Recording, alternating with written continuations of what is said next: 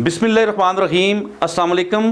मैं हूं मोहम्मद इदरीस वान एडवोकेट। दोस्तों, हमारे सूबा केपी के अंदर इस वक्त एक नया सर्वे हुआ है जिसके मुताबिक 7.5 लाख बच्चे चाइल्ड लेबर में इन्वॉल्व हैं। इतनी बड़ी तादाद बच्चों की चाइल्ड लेबर में एक बड़ा भयानक सीन है और इसे ओवरकम करने के लिए हमारे मुल्क में पॉलिसीज़ पे काम करना होगा और जितने भी हमारे इंटरनेशनल लॉज हैं उनके मुताबिक हमें अमल दरामद करना होगा।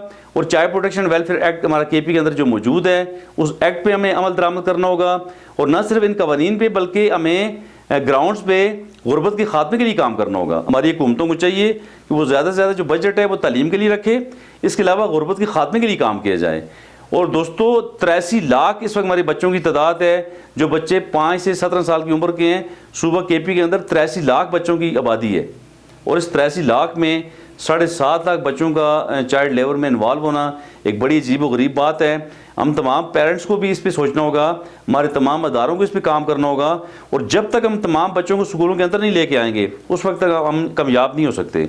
और इसमें आइन का आर्टिकल 25 है हमारे पास, उसमें क्लियर कट है कि कोई भी बच्चा जिसकी 5 साल से 16 साल की तालीम है यानी मैट्रिक तक तालीम, डोर स्टेप पे गवर्नमेंट की स्टेट की जिम्मेदारी है और ये as a fundamental right declare हुआ है आइन के अंदर।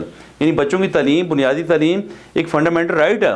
इस फंडामेंटल राइट पे हमने अमल दरामद करना है और हमने तमाम बच्चों को स्कूलों में लाना है, हमने स्ट्रीट चिल्ड्रन को स्कूलों में लाना है और हमने उन बच्चों के पेरेंट्स को शऊर देना है। हमने आगाही देनी है कि वो तमाम पेरेंट्स जो अपने बच्चों से लेबर करवा रहे हैं, जिनके पास कोई मजबूरी, कोई ऐसा ममरे मजबूरी की बात नहीं है, तो फिर उन्हें अपने बच्चों को स्कूल में लाना होगा।